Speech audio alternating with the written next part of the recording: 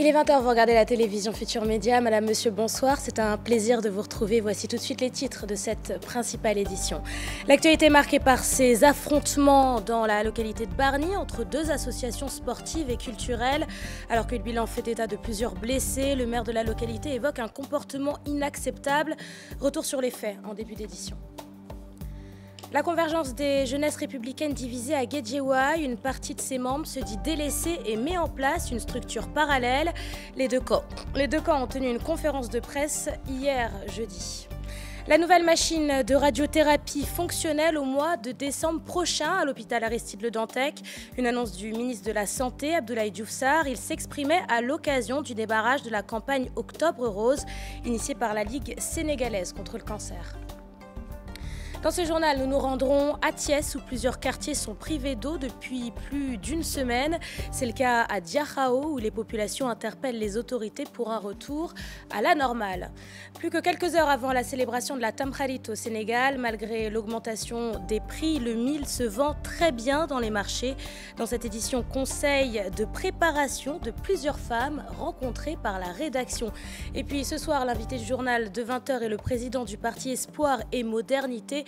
Vous pourrez suivre l'entretien entre Mamoudou Ibra Kane et Habib Sy en fin d'édition. Voilà pour les titres de celle-ci. Restez avec nous. Le développement, c'est dans une poignée de secondes.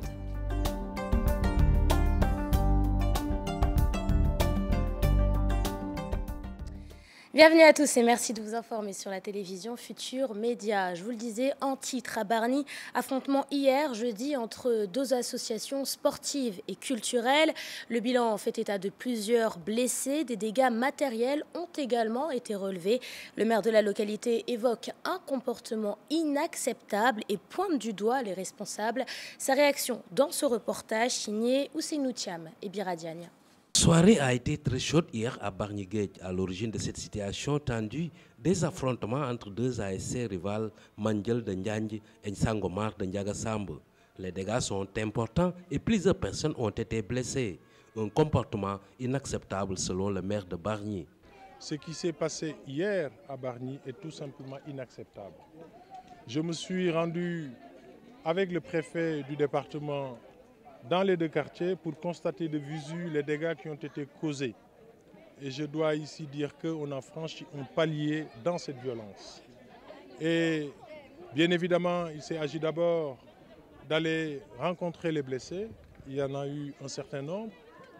Puis de constater les dégâts, mais aussi et surtout d'engager d'ores et déjà avec le préfet les réflexions qu'il faut, les concertations qu'il faut. La police fera son travail, la justice fera son travail. Mais évidemment, vous comprenez tout le sentiment, le mécontentement qui nous habite face à de tels actes de violence que nous dénonçons avec la dernière énergie. Il a fallu l'intervention très musclée des forces de l'ordre pour tenir en respect les deux camps rivaux. Pourtant, aucun match de football n'opposait ces deux ASC. Du côté des responsables du mouvement Nawetan, le président de l'ODECAF que nous avons joué au téléphone condamne et estime que les responsabilités seront situées. A rappeler que Bargny fait partie des localités les plus violentes du mouvement Nawetan et plusieurs personnes y ont déjà laissé la vie lors de ce genre d'affrontements entre supporters. Après une demande de libération d'office, les avocats de Khalifa Sall déboutés par la chambre d'accusation de la cour d'appel. D'après le professeur de droit Ndiak Fall, c'est à l'Assemblée nationale de demander la libération du maire de Dakar, élu député lors des dernières élections législatives. Il cite l'article 61 de la Constitution et l'article 51 du règlement intérieur de l'Assemblée nationale. Deux articles qui, selon le professeur, permettent aux députés de saisir la justice. Sa réaction dans ce reportage signé Alassane Ba et Pape Sangoné Mbaye. Le juriste ne veut pas entrer dans le fond du dossier Khalifa Sall. Théoriquement, Ndiak Fall estime que les stratégies des conseils du député maire sont tout à fait normales. Quand on est en matière d'instruction, évidemment, quand on n'est pas satisfait de la décision du juge d'instruction, on va interjeter appel devant la chambre d'accusation. Et en cas d'insuccès, on va s'adresser à la Cour suprême. Dans le cas d'espèce, évidemment, il m'est difficile de me prononcer puisque je n'ai pas entre les mains l'arrêt de la Cour suprême. Ceci étant maintenant, évidemment, comme disons, les moyens, les arguments invoqués par les avocats ont été rejetés, évidemment, on en revient au juge d'instruction. Pour sa libération, l'Assemblée nationale doit intervenir. Ndiak Fall rappelle qu'avec la nouvelle donne, Khalifa Sall, député qui bénéficie de l'immunité parlementaire, sa place n'est pas la prison, selon la loi. Dans notre cas d'espèce, on a estimé que l'affaire Khalifa Sall date d'avant la députation. C'est vrai.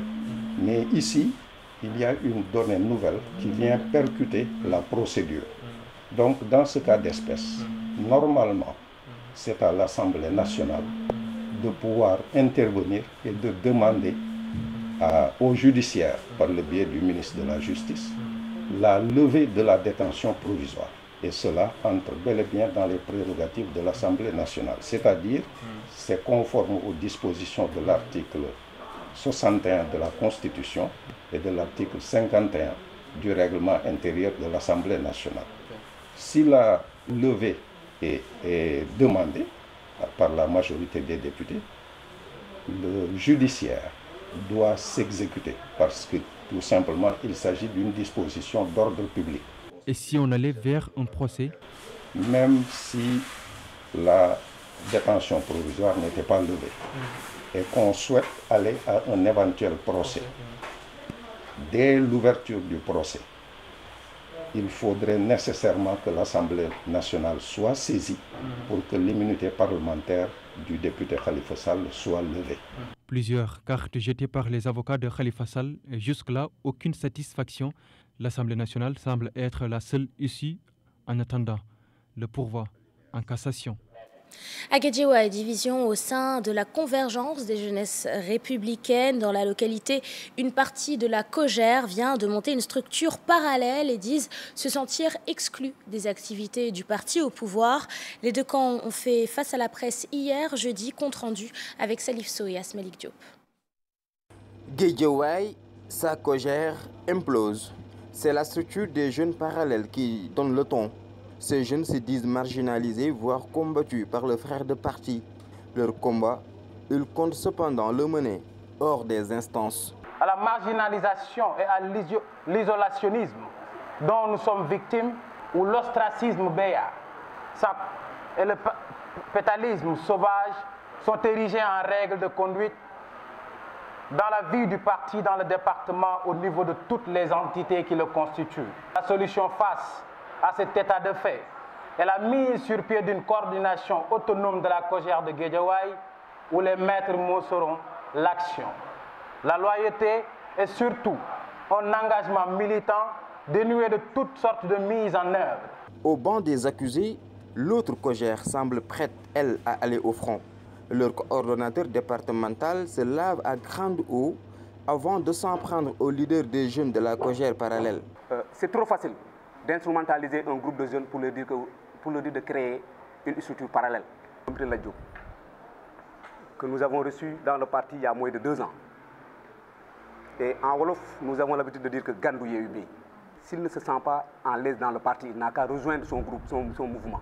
La structure seule qui est reconnue ici, c'est la COJER qui regroupe tous les jeunes de l'Alliance pour la République dans le département de Guédiawaye. Nous savons l'objectif principal de M. Ladjo. On n'est pas encore en 2019, ce n'est pas des élections municipales qu'on prépare. Guédiawaye, un parti au pouvoir, de COJER, par presse interposée, les hostilités sont lancées. Renforcer la sécurité sur les chantiers grâce à un atelier de sensibilisation sur le respect des mesures de sécurité. Une initiative du ministère du Travail en collaboration avec des contrôleurs du bâtiment. Au Sénégal, les secteurs du BTP est le secteur le plus marqué par les accidents du travail. Au-delà de la santé des travailleurs, ces accidents ont des répercussions économiques de 3 milliards de francs CFA sur les entreprises. Les détails avec Moussa Ngom et Mohamed Sodian. Pas de gants, pas de casque, bref, pas de protection dans des situations de travail parfois risquées. Dans nombre de chantiers à Dakar, le constat est aisé. L'équipement sécuritaire des ouvriers fait défaut alors que le risque, lui, est presque permanent. Il y a donc beaucoup d'accidents qui créent des pertes énormes, évaluées à peu près à 3 milliards par an. Donc vous voyez que c'est quand même pas rien. Et sans parler des conséquences qu'il y a lorsqu'il y a notamment handicap ou perte de vie. Tout simplement, il peut y avoir des conséquences très graves sur les familles. Apparaît partout dans tous les pays. L'essentiel, c'est de lutter contre. Et nous, chaque fois qu'on descend dans une entreprise, la première chose à faire, c'est de vérifier est-ce qu'il y a des équipements de protection individuelle. Est-ce qu'effectivement ces équipements sont adaptés et est-ce que les travailleurs les utilisent? Le secteur des bâtiments et travaux publics est un des plus marqués par les accidents de travail. En 2015, près de 2000 cas avaient été dénombrés avec des pertes économiques conséquentes pour les entreprises. Des chiffres officiels qui ne tiennent pas compte des chantiers informels. Dans le BTP, effectivement, il y a beaucoup d'entreprises informelles. Mais ces entreprises répondent à des marchés, parfois des marchés publics d'ailleurs, mais également des marchés privés qui sont parfois de plus en plus complexes. Il faut que ces entreprises participent à des ateliers comme celui-là, mais également que ces entreprises acceptent de former leur personnel, ne serait-ce que le personnel de sécurité, de manière à faire en sorte que sur les chantiers, un minimum de sécurité soit assuré. Par exemple, que les gens aient des chaussures de sécurité, des casques notamment, et des équipements de protection individuels lorsqu'on monte sur les toits, des choses comme ça, où le risque de chute est quand même assez important. La réglementation est bien prise en compte par l'autorité, mais son entier respect fait défaut. Les moyens de contrôle sont réduits et les acteurs comptent mettre l'accent sur la prévention pour le respect des règles basiques de sécurité par employé, tout comme travailleur. Et je vous le disais en titre, à l'hôpital Aristide Le Dantec, la nouvelle machine de radiothérapie sera fonctionnelle au mois de décembre prochain. L'annonce est du ministre de la Santé, Abdoulaye Diouf Sarr. Il s'exprimait ce matin à l'occasion du démarrage de la campagne Octobre Rose, initiée par la Ligue sénégalaise contre le cancer. Au Sénégal, chaque année, au moins 2000 cas de cancer du sein sont enregistrés. Mame Biram Diouf et Pape Sangoné Mbaye. Octobre Rose pour renforcer la lutte par la prévention et la détection à temps des lésions cancéreuses. Plusieurs activités sont ainsi prévues à travers le territoire national. Chaque année, nous enregistrons 2000 nouveaux cas de cancer du sein et plus de 1100 nouveaux cas de cancer du col de l'utérus. Malheureusement, ces cas nous arrivaient dans des stades très avancés. Pour 2017, nous voulons subventionner 3000 mammographies et examiner plus de 3000 femmes aussi, parce que nous allons faire une consultation au niveau de la Ligue sénégalaise le 7 octobre où nous envisageons voir 1000 femmes. On aura une autre consultation au niveau du stade de l'amitié le 28 octobre où nous envisageons aussi de voir 3000 femmes. Selon le ministre de la Santé et de l'Action sociale, Abdoulaye Diouf Sarr, le dernier rapport de l'Organisation mondiale de la santé montre que sur 15 millions de décès de personnes âgées de 30 à 70 ans dus aux maladies transmissibles, 8,8 millions de cas sont liés au cancer. Réaffirmant sa volonté de soutenir la LISCA dans la campagne, le ministre a en outre annoncé l'installation prochaine de 2 radios à l'hôpital de Dalal Jamm et Dantec. Au niveau des 2 hôpitaux, notamment à Dalal Jamm et à l'hôpital de Dantec, les chantiers sont en cours et sont en train d'être suivis sur la base d'un planning bien maîtrisé. La prévision pour traiter les premiers malades est fixée aux environs de décembre, fin décembre. Il se trouve quand même que nous avons convoqué le fournisseur pour travailler avec lui sur la maîtrise de ces délais. Aussi bien à Dalal Jamm qu'à l'hôpital Aristide Le Dantec, nous sommes en train effectivement de prendre toutes les dispositions de vigilance nécessaires pour quand même que les délais soient maîtrisés au bonheur effectivement des patients. Parce que le Sénégal doit très rapidement combler ce gap de l'absence de radiothérapie. Le cancer du col de l'utérus et du sein continue de faire des ravages au Sénégal, d'où le renforcement des stratégies de lutte pour bouter la maladie hors du pays. À Sédhiou, les postes de santé de Singer et de Bumbuda sont dans un état de délabrement avancé. À Singer, les populations comptent sur la réhabilitation prochaine du poste de santé. Suivons cette correspondance, elle est signée Bakary Conté et Salah Samb. Le poste de santé de Senghor-Boudjé dans la commune de Djirédji est en état de dégradation très avancé. On s'est rendu compte que le poste de santé de Senghor est dans un état de délabrement avancé, ce qui n'est pas favorable pour des soins de qualité. Donc avec les partenaires, nous avons décidé de réhabiliter et de construire un bâtiment qui fera office de logement pour la sage-femme, mais en même temps qui sera office d'annexe de la maternité.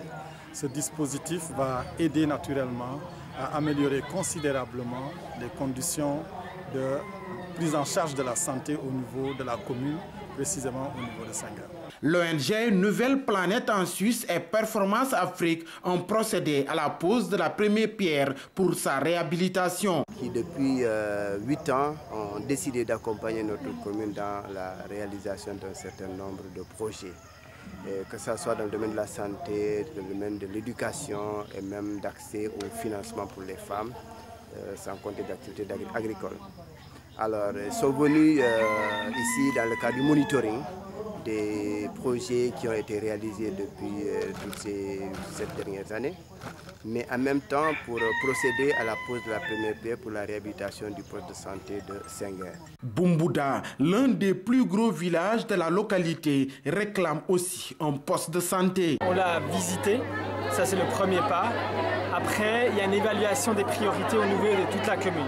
Et comme vous savez, il n'y a pas simplement de village, il n'y a pas simplement de demande de soutien. Donc nous, à un moment donné, on sait qu'à Bumbuda, ils ont déjà un véritable engagement, mais ils ont aussi un véritable besoin. Donc maintenant, il faudra arbitrer et ça prendra du temps, mais rien n'est exclu quelque part. Dans son discours, l'adjoint au sous-préfet de Djirédji a salué les réalisations de Nouvelle Planète et Performance Afrique dans l'arrondissement de Djirédji. Toujours en santé, lutte contre la rage, une maladie virale encore très présente dans le monde entier. Au Sénégal, des efforts sont consentis pour lutter contre la maladie qui touche les mammifères, dont les êtres humains. Hier, jeudi, la journée mondiale contre la rage a été célébrée par le ministère de l'élevage dans la localité de Tivaouane Peulh, Ousseynou Thiam et Bira Diagne. En partenariat avec le ministère de la Santé, le ministère de l'Élevage et des Productions Animales a célébré la journée mondiale de la rage à Tivaouane Peulh Niague. De l'avis du ministre, le choix de cette localité n'est pas gratuit. Le choix de la commune de Tivaouane Peulh Niague a une forte signification. En effet, il est motivé par la déclaration d'un cas de rage humaine et de cas de rage caprine liés à la prolifération des chiens errants. La situation mondiale de cette maladie qui tue est inquiétante. Malheureusement, il faut le souligner, elle conduit inéluctablement à la mort, à l'apparition des signes cliniques. Selon l'Organisation mondiale de la santé, la rage cause chaque année près de 77 000 décès, majoritairement des enfants en Afrique et en Asie. Il est établi qu'une personne meurt toutes les 10 minutes de la maladie et que plus de 95% des cas humains de rage sont dus à des morsures de chiens infestés. Au Sénégal, d'énormes efforts ont été consentis dans la lutte contre la rage, d'après Aminata Mbengue Ndiaye. Je saisis donc cette occasion, monsieur le directeur de cabinet, représentant mon collègue Abdoulaye Diouf Sarr, pour saluer la création du centre antirabique de Fatick et la dotation des pharmacies régionales d'approvisionnement en stock de sérum antirabique qui contribue à l'amélioration de l'accès aux soins humains en attendant la réalisation d'autres centres antirabiques dans les autres régions à risque. Ces acteurs appellent à un sursaut collectif afin de lutter de manière efficace contre cette maladie et se fixent l'objectif zéro rage d'ici à 2030. À présent, direction le forail de Bambey, l'un des plus importants du pays. Un espace de 4 hectares entièrement réservé à la vente de bétail venu de différents pays de la sous-région. Sur place, les éleveurs se plaignent du manque de confort et évoquent l'absence d'eau dans les sanitaires. Aux autorités locales, ils demandent l'installation d'équipements adaptés. Direction le forail de Bambey, c'est avec Chertidiane Dione et Mohamed Sodian. Nous sommes à 127 km de la capitale. Ici, chaque vendredi, c'est l'attraction au forail de Bambey. Des dizaines et des dizaines de troupeaux franchissent le portail principal des 4 hectares réservés aux bêtes de races diverses, d'ici et d'ailleurs.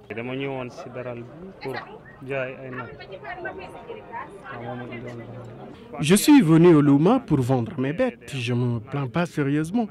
Nombreux sont mes clients qui viennent acheter des bœufs pour les élever.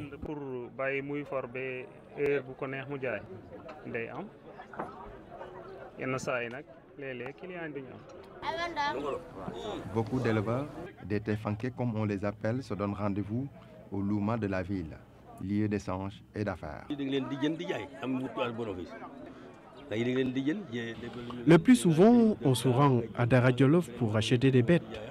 Nous les revendons ici. Toutefois, nous avons quelques difficultés dans notre travail. Par exemple, des toilettes sans eau, ce qui est parfois très compliqué pour nous. Le Louma n'est pas seulement l'achat et la vente des bovins. Toutefois, d'autres personnes du secteur informel y tirent leur épingle du jeu. C'est le cas de cette jeune dame qui habite Ndialit, une localité située à une vingtaine de kilomètres. Elle transporte au moins 30 bidons d'eau.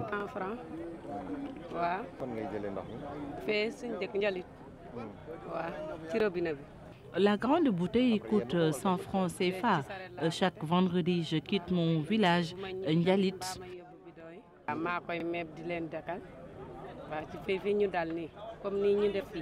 Au total, je transporte 30 grandes bouteilles. Arrivées sur les lieux, je distribue les commandes. Il m'arrive de faire plusieurs voyages dans la journée.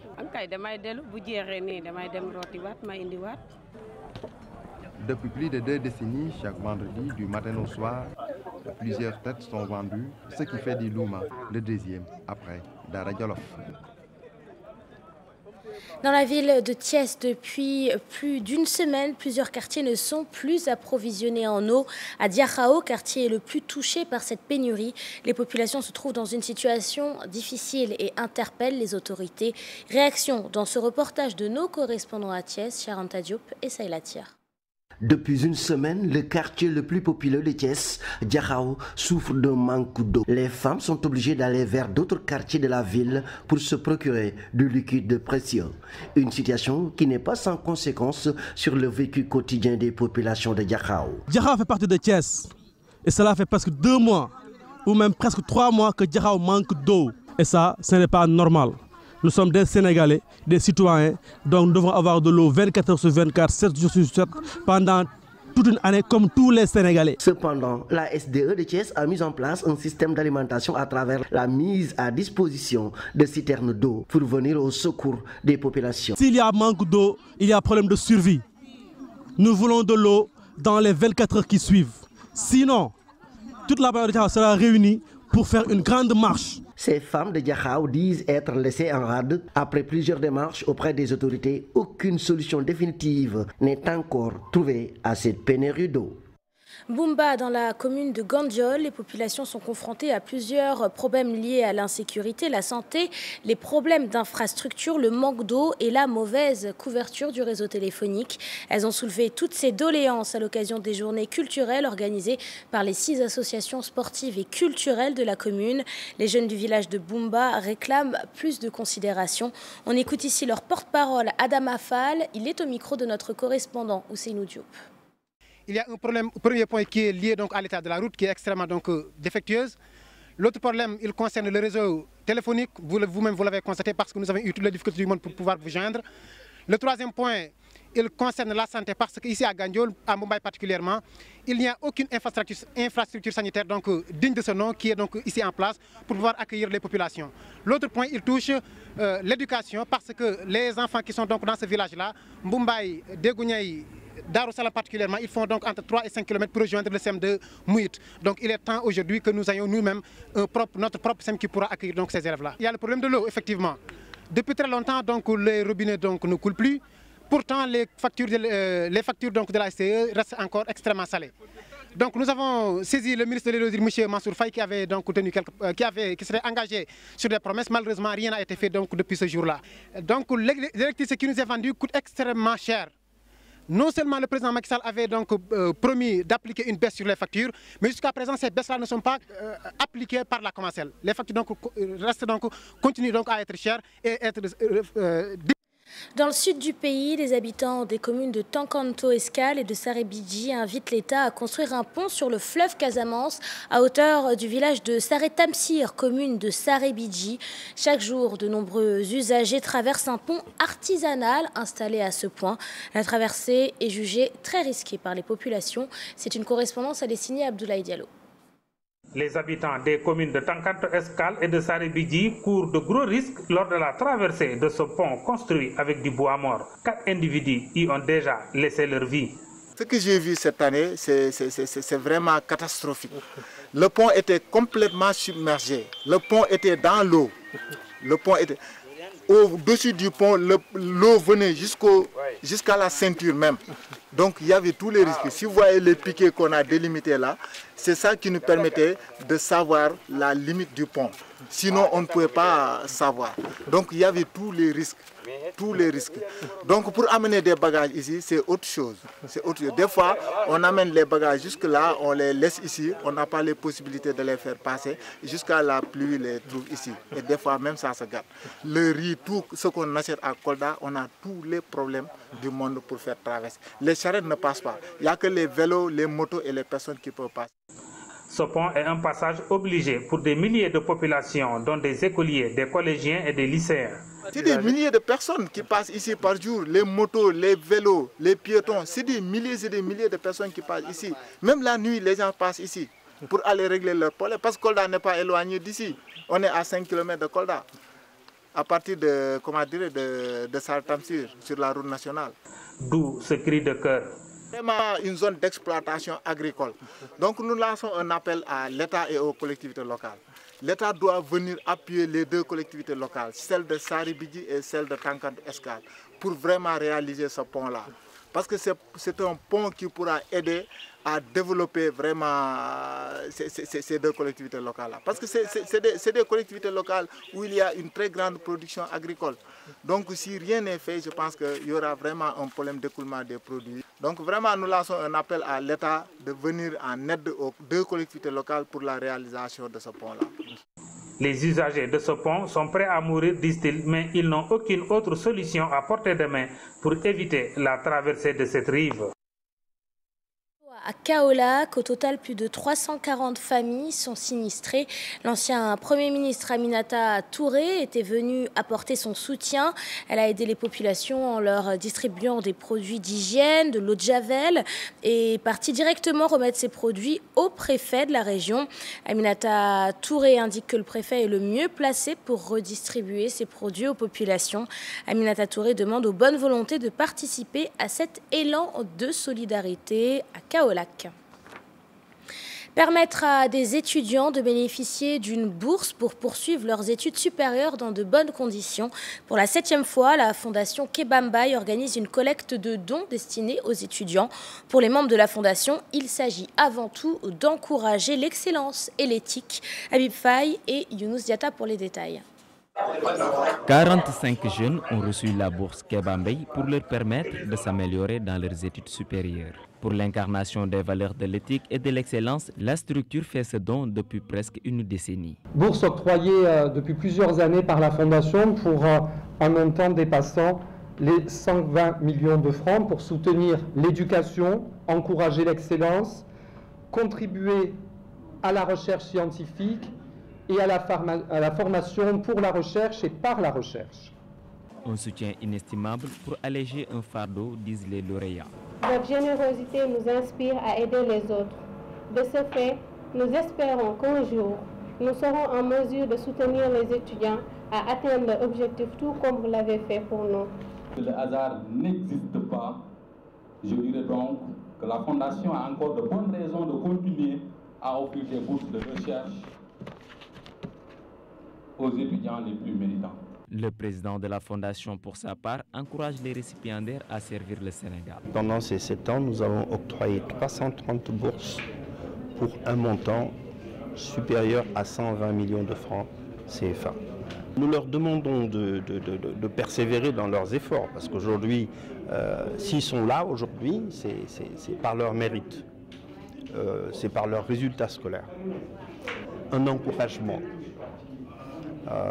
à ces jeunes pour qu'ils fassent mieux, mais également qu'ils épousent les idéaux du juge.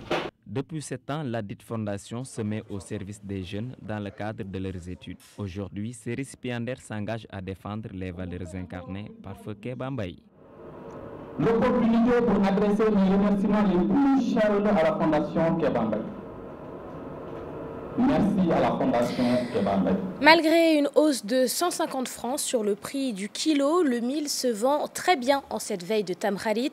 À quelques heures de la fête religieuse, la rédaction a rencontré plusieurs femmes afin d'en savoir un peu plus sur leurs petits secrets pour préparer un bon couscous. Réaction dans ce reportage, il est signé Fatima Taba et Moudou Diop. La céréale est très prisée en cette veille de Tamkharit. Le mil devient couscous après transformation au soir de la fête, une transformation aux différentes étapes. Nous pilons le mil d'abord, après nous faisons le processus de transformation. Et généralement, nous venons ici à Tilène pour avoir le produit fini. Une fois à la maison, nous faisons le nécessaire pour avoir un bon couscous. Je prends tout mon temps. Faire le couscous n'est pas de tout repos. Après un bon rinçage, je prends le mil et je l'amène au moulin. C'est avec la farine de mil que je parviens à faire une bonne quantité de couscous. Ici au marché Tilène, vendeurs et acheteurs sont unanimes. Le prix du kilogramme a connu une hausse. Cette année, le mil est très rare. L'année dernière, à pareil moment, le marché était bien approvisionné. Le prix est acceptable, mais cette fois-ci, le kilogramme coûte 400 francs. Avant, il était vendu entre 250 et 275 francs, rarement 300 francs. Le mil est introuvable actuellement dans le marché. Vous voyez, le mil qui est actuellement sur le marché est cultivé l'année dernière. Cette année, la récolte n'est pas encore à l'ordre du jour. C'est ce qui explique d'ailleurs la cherté du prix. Le kilogramme coûte 400 francs parce que seuls quelques rares vendeurs en disposent. Cette mère de famille prépare activement la fête. Djainaba ne fait pas partie de ces femmes qui commandent le couscous pour la Ashura.